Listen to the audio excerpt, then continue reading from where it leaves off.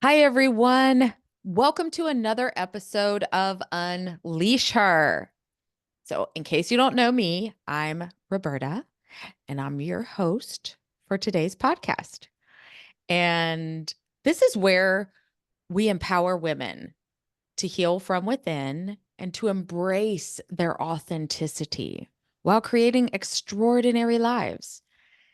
And I'm so excited to introduce you to an amazing friend of mine, Miss Jennifer Rogers. Hi, Jennifer. Hey, Roberta. How are you? I am well today. How are you doing? I am so good.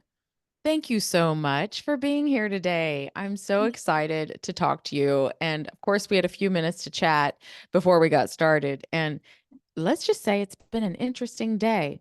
So we've had lots of technical glitches and this and that. And you know what? It's okay. That's right. It's We're still okay. here. We're still showing We up. are here.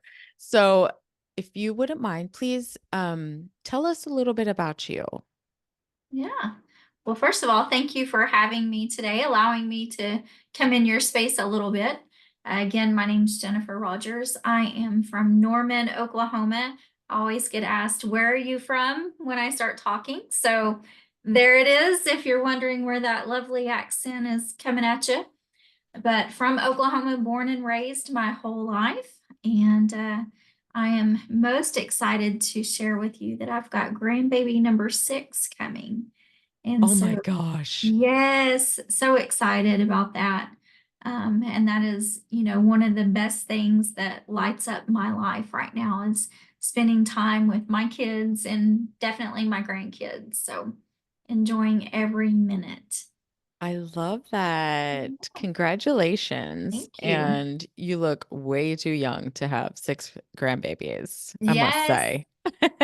Girl, my grandma told me a long time ago, use your sunscreen and your moisturizer, and I have done it faithfully and it works. So that's my only beauty secret, Love sunscreen it. and moisturizer. Yeah, Love it. Thank you for sharing that. you're welcome. So we were introduced from a mutual friend. She's like, I don't know, you guys just you need to talk here. Mhm. Introduced Yeah. us and just left us. No. And so we had an opportunity to talk, and I knew that you have a story to tell, and you're so inspiring.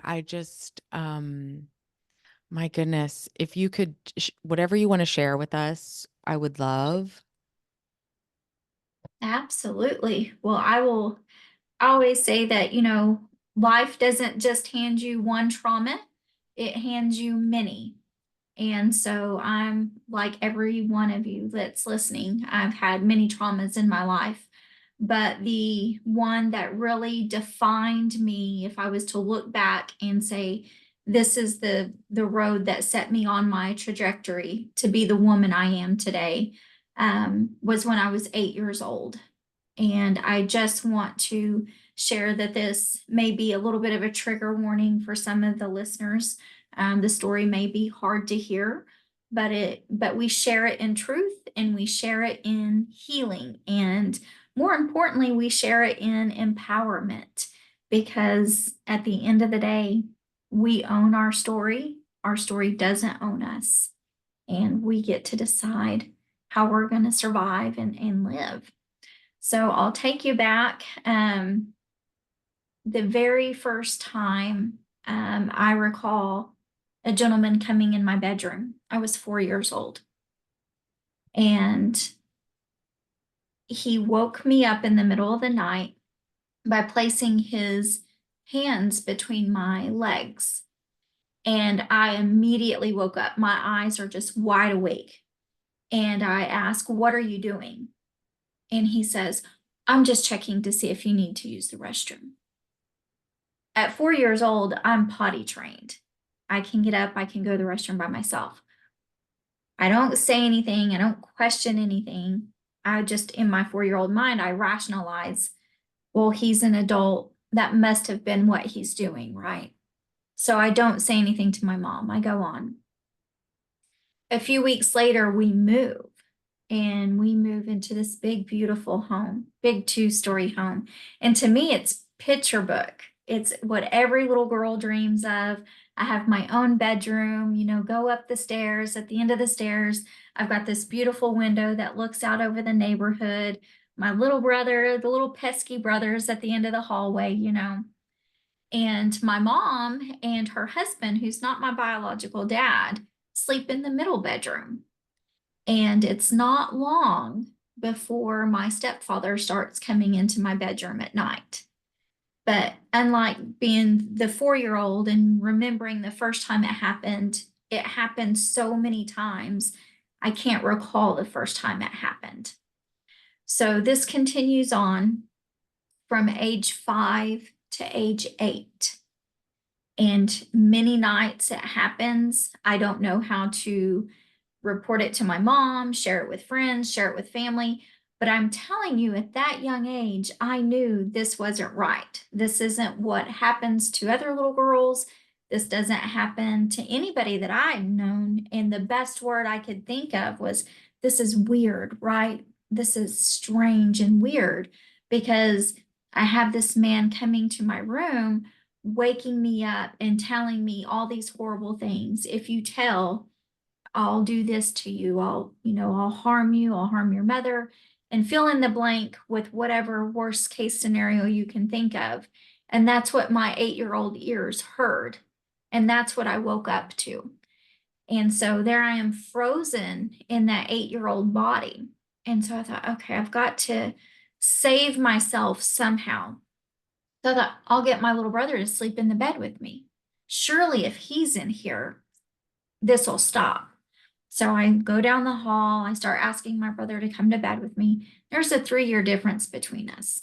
So my brother is about 3 to 4 at the time when I'm asking him to come, snuggle in the bed or whatever. But this doesn't stop. And I'm just like, okay, this isn't working either. So I stopped getting my brother out of his bed. And the next thing I can think to do is I'm going to line toys up from the door to my bed. So at least when he comes in my bedroom, I hear him trip over the toy instead of having this scratchy beard and this vulgar smelling breath of cigarettes and just stench wake me up. And so I do that. I use my toys and those wake me up. And so this happens almost every night. It continuously happens. But what I've noticed is whenever I put the toys in front of the bed, a lock appeared on my mother's door on the outside. So now he's locking her in the bedroom while he's in my room. But in my 8-year-old mind, I'm thinking, okay, well, she'll wake up. She'll notice he's not in bed and she'll come looking. And she's going to find him and she's going to save me. This is how I'm going to be rescued. This is how this is going to stop. But that doesn't happen. Things like that don't happen that easily. So it continues on. And every morning I would get up, put my toys away, make my bed, go on to school like nothing had happened. And I would do this continuously over this 3-year process. And where I would take sanctuary is in my closet, because I could hide in my closet. I could block out the world. It was nice and quiet and dark, but it was a mess in there. There was papers thrown everywhere. There was clothes. And that's probably typical for a childhood anyway. But when you compound what's going on in the mind that can't share what's happening to the body, it's just a complete mess. And so I go on until I wake up one morning and he has passed an infection to me. And my 8-year-old body can't handle the infection. And now I'm in such pain that I have to tell. And I remember getting up that morning just like I got up yesterday, like this happened yesterday. And I come down the stairs and I had on my favorite color to this day is turquoise. And I'm sure it was that way then, but it was a turquoise colored pair of pants and a cute little sweater. And I come down the stairs and he's gone. My mom's in the house getting things ready for the day. And I come down the stairs and I tell her what's happened. And at this time, we had one car, no phone, we're kind of secluded. So she takes me next door to the neighbors and uses the phone. And I am scared to death because I'm thinking, oh no, I've already told my mother. Now she's calling the police. Now the neighbor has heard this is it. He's going to come home, and all of these threats, all of these, I'm going to harm you, I'm going to hurt your mother, your brother, all these things are coming to fruition. It's going to happen. Only it doesn't. The local police department come, they picked my mother and I up, take me to the local hospital. And I remember laying there in this sterile white room, and the nurse comes in and they begin asking you questions, and they take out a pair of scissors. And if anybody has gone through this process, they understand what a sexual assault exam feels like. And it's not comfortable. It's not a warm and we're sorry we're doing this and walking through. It's very intrusive. And you compound that at 8 years old when you don't know what's going on already. And to this day, I can still remember the sound and the feel of those scissors cutting up the leg of my favorite pair of pants, and just that crunch from each clip. And so I go through the exam and they confirm to my mom, yes, this has been going on for some time. Yes, she does have an infection. Here's a plan of action. So I'm thinking, okay, now we're going somewhere. Now we're getting somewhere. But we still don't, not even with law enforcement, not even with medical care. We're sent right back to the home. They're dropped off right back to our home. So my mother is reliant on this man for financial care, for her own love and comfort. And what does she do? The best that she can is to move us out of that home to a smaller home where she can have eyes, right? She can see what's going on. So we move out of the big 2-story to a smaller home. Now my brother and I are sharing a room. There is a bathroom between our bedroom and our mother's bedroom. Well, just because you're in a smaller home doesn't mean that abuse stops. Abuse just changes, and the way that it happens changes, and the way that things are done changes. And that's exactly the path that happened for me. Now we go to watching me bathe and telling me how to bathe or wash my body or what to do with my body. And I'm like, okay, when are the police coming? Like, I've told, they know I'm on medicine, what's going on? And nothing happens. And so I go to school one day, and at the end of the day, I walk home because I'm 2 blocks now from school. And as I come down the alley, I can see the car is gone. But I don't know if you've ever had that gut feeling or that intuition that something is just so strong, you have to listen to it. That's the first time I felt that at 8 years old. And there was something telling me, don't go home. Your mom's gone. He's there. And it was so powerful that I was like, that's it. I'm not going home. I am not going home. So at 8 years old, second grade, instead of turning left to head to my house, I turned right and I walked away. And I walked about a mile, mile and a half, which for an 8-year-old is quite a ways. Um, and I walked to my mom's friend's home, and her name is Tina, which today is still, I believe, in all kinds of connections. One of my best friends and my coworkers' name is Tina. So I'm like, we're just, things just line back around for us in life. But I walked to her house and I knock on the door, and there I stand, this little 8-year-old girl, this oversized backpack, just trembling.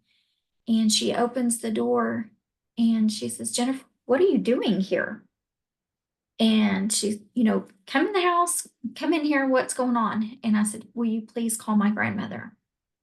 Please tell her to come get me because I know my Nana is going to come get me. I know she will. And she said, well, what's happening? What's taking place?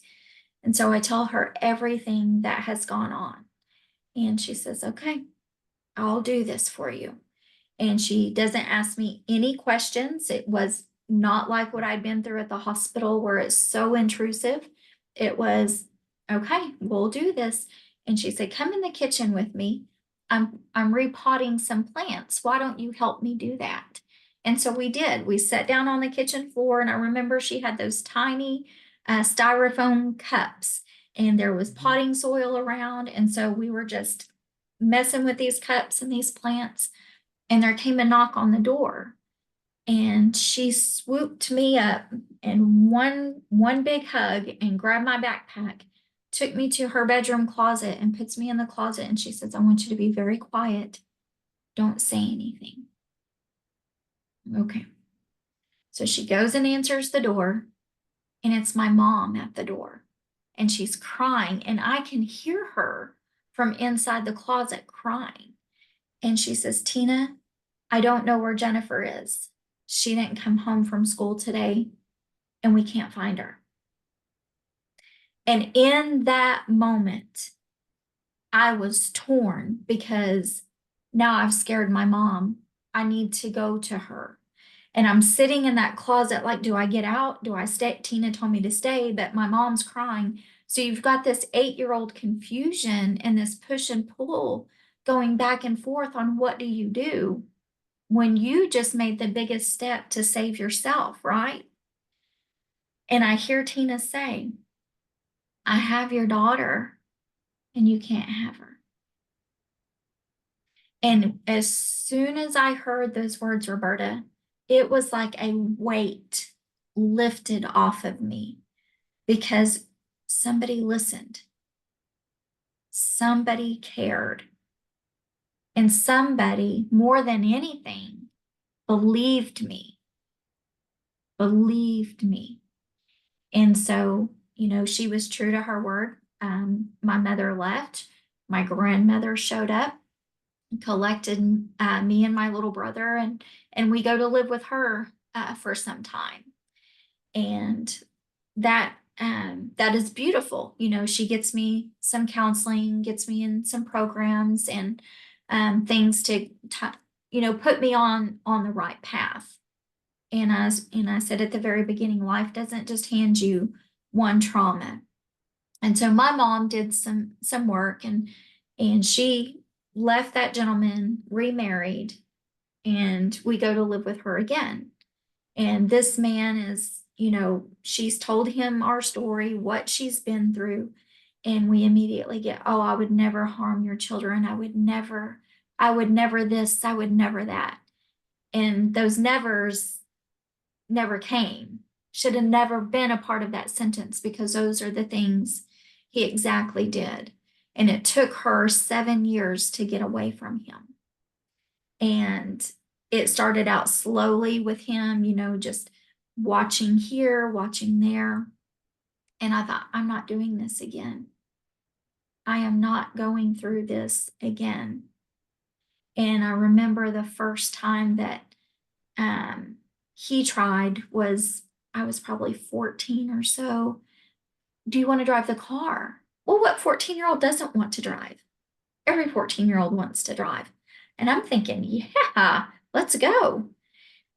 The only thing was he didn't move out of the driver's seat to allow me to drive. I have to sit on his lap. And then he would adjust the mirror so he could see in the mirror what he's doing to me. And I thought, no, this isn't going to end well. And so I don't know how to tell my mom this again. I've already been through this. I've already done this. And I write her a note and I leave it on her pillow. Not the easiest thing to do. And looking back, I probably should have had another conversation, but it was just so hard. And on top of doing that, I lost my father my biological father in a drunk driving accident. He was a pedestrian walking, and someone hit him, ran him over, and killed him. And so that left myself and four siblings without a dad. And so you just have trauma built on top of trauma. And as I grew up, I thought, I'm not going to be a statistic. I refuse to do it.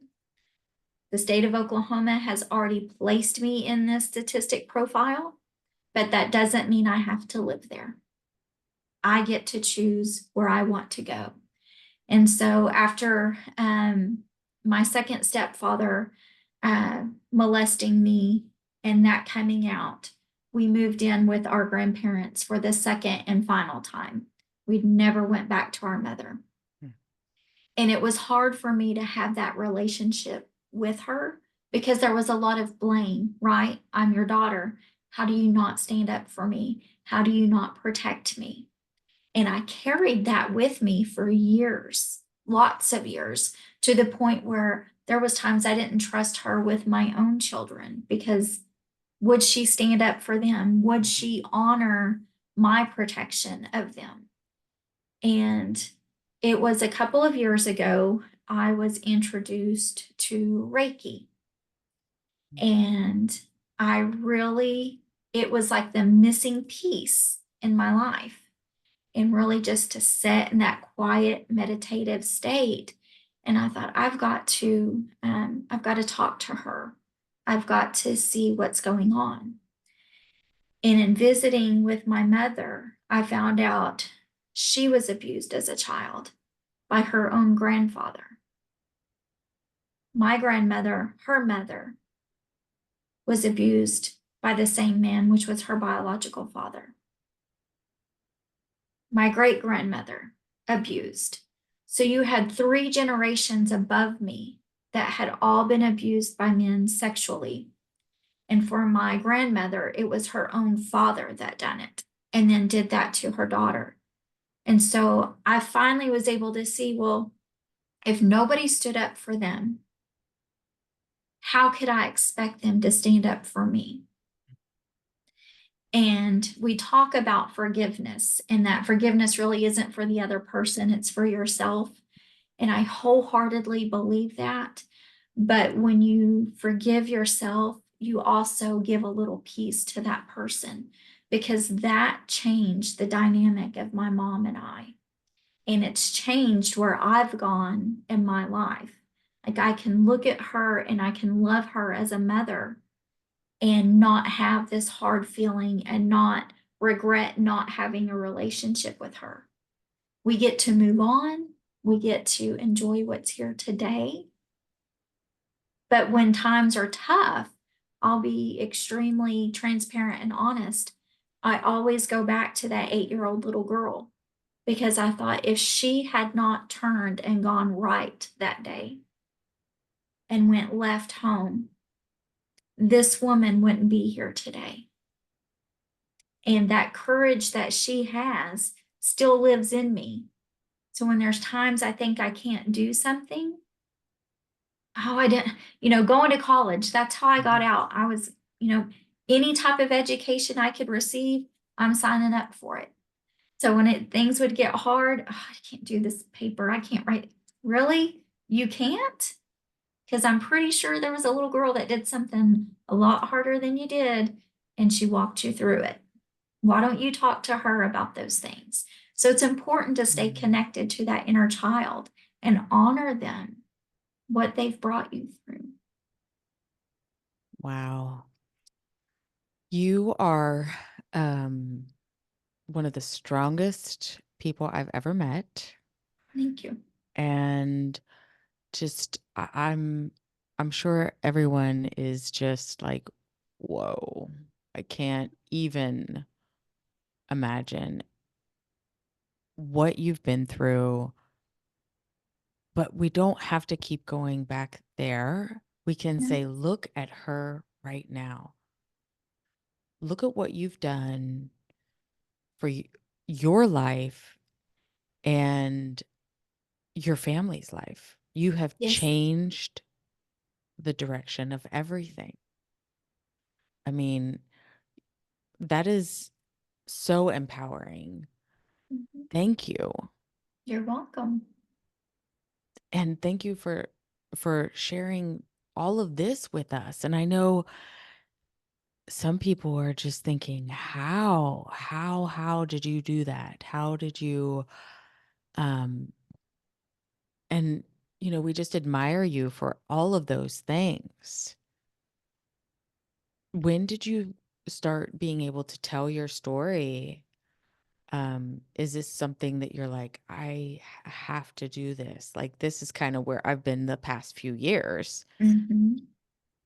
So that's a great question because for a long time, I didn't want anybody to know my story Mhm, because I wanted you to look at mhm, me and like me and love me for the person you see today, mhm, not, oh, you've been through it and have, those soft feelings for me. I wanted you to see that. But the last probably 2 years is really where I've been because I thought this is we all have a story. mhm, And while our stories are different, they're mhm, still helpful of each other. And I thought there are other little girls out there that need help. There are women that have not shared their story that were just like me that shut it down and carried it inside. And there's more room on the outside. Get it out, mhm, let that energy out so that you mhm, can shine. And that's really where I'm at that, you know what? I didn't cause this. It's not my fault. mhm, And you're not going to take my smile from me anymore. You're not going to take my words from me anymore. And if you happen to see me doing good or you happen to hear me, you know, great. I'm happy for you.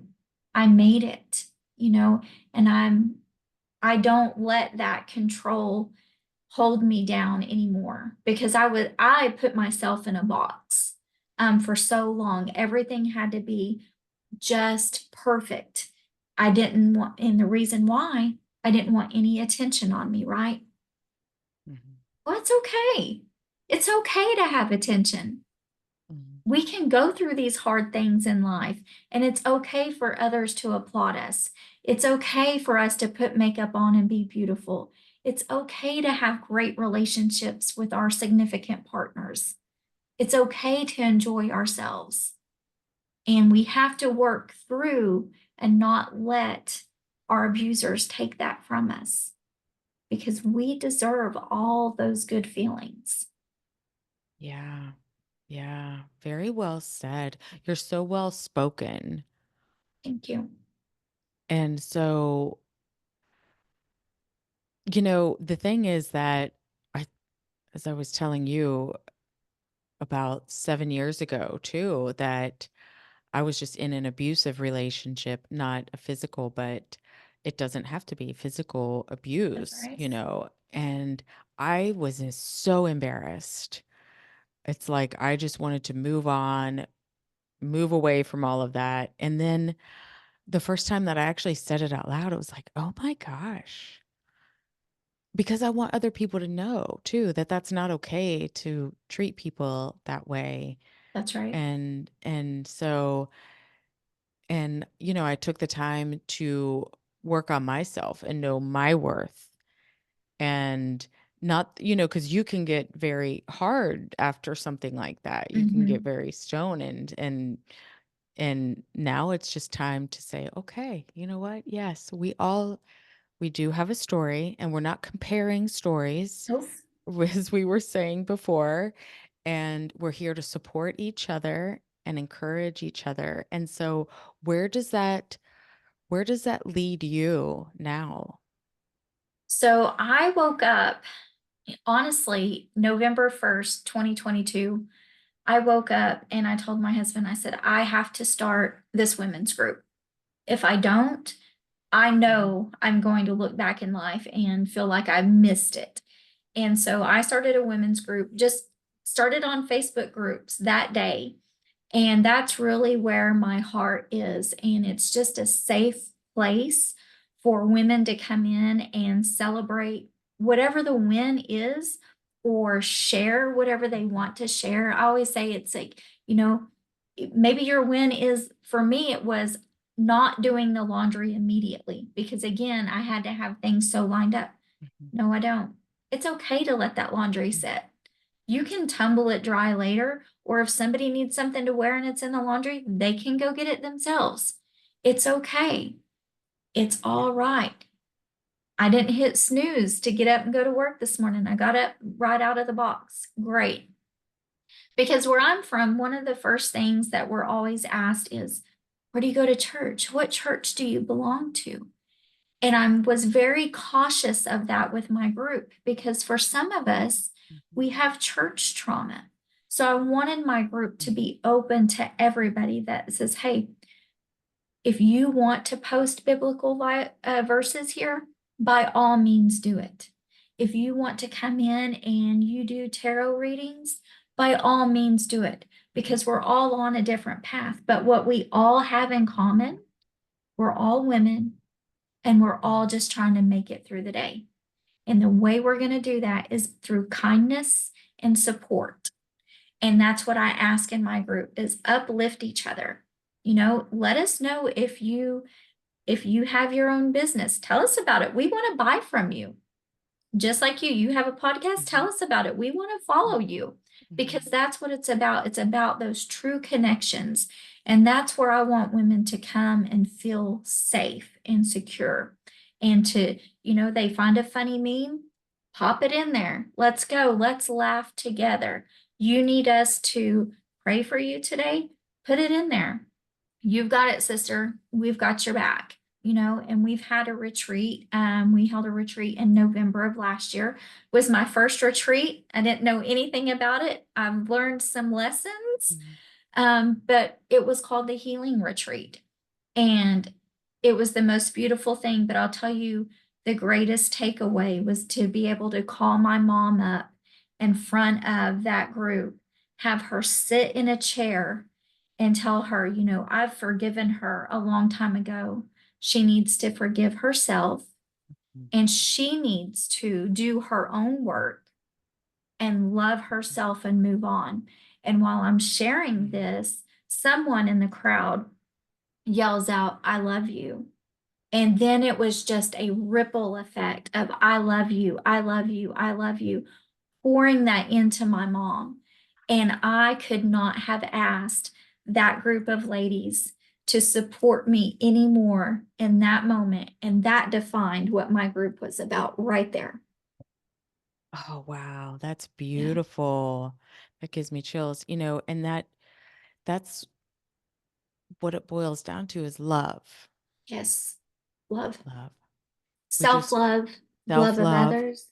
Yes, Yes. Just love, compassion.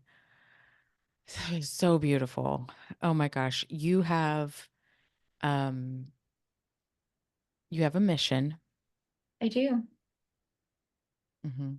And you're open and you're listening, and I'm sure that everyone can feel just by the way that you speak that you are going to help so many people. You already have, and continue to do that because people need that. Yes. Yeah. Even when we What's think we're healed, we still need to continue on. right? Yes, I will spend the rest of my life just trying to do better, Yes. just one day Yes. at a time. That is it. One day at a time. Yeah. That is it. So, what do you want to share, like your group on Facebook and things, or how people can get in touch with you, or Absolutely. My group on Facebook is called Paria Meraki. And I am big on words. I love words, and you'll see me in my group do affirmations. That's very important to me. And so, Perea is a gathering of like minded individuals, and Meraki means doing something that you love and pouring a little bit of your soul into it. And that's exactly what that group is. So, You can find it on Facebook and on Instagram. I'm more active on Facebook. I'm Mhm. still learning Instagram, to be honest, but we're getting there. Mhm. And then you can find me on Facebook as well, Jennifer Rogers. My maiden name is Edward, so you'll see that out there.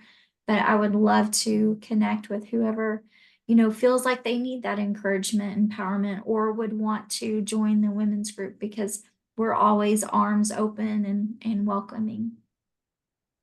Thank you. Thank you so Welcome. much for sharing that. And so, we'll also be sharing this information where you can find it down um, here. So, this has been very empowering, and your confidence is just wow. I Thank you. mean, I'm like, you're so strong, but you definitely have touched people in their hearts. And thank you. Thank you. Is there anything else that you would like to add? I don't think so. I know. I I think you told your story so well. And I can't wait. Like, I know that God has brought us together, and you have a big platform here. You are just getting started. And so again, thank you.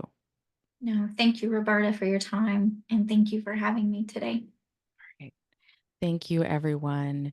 And thank you for joining us today. And I hope that you feel empowered, and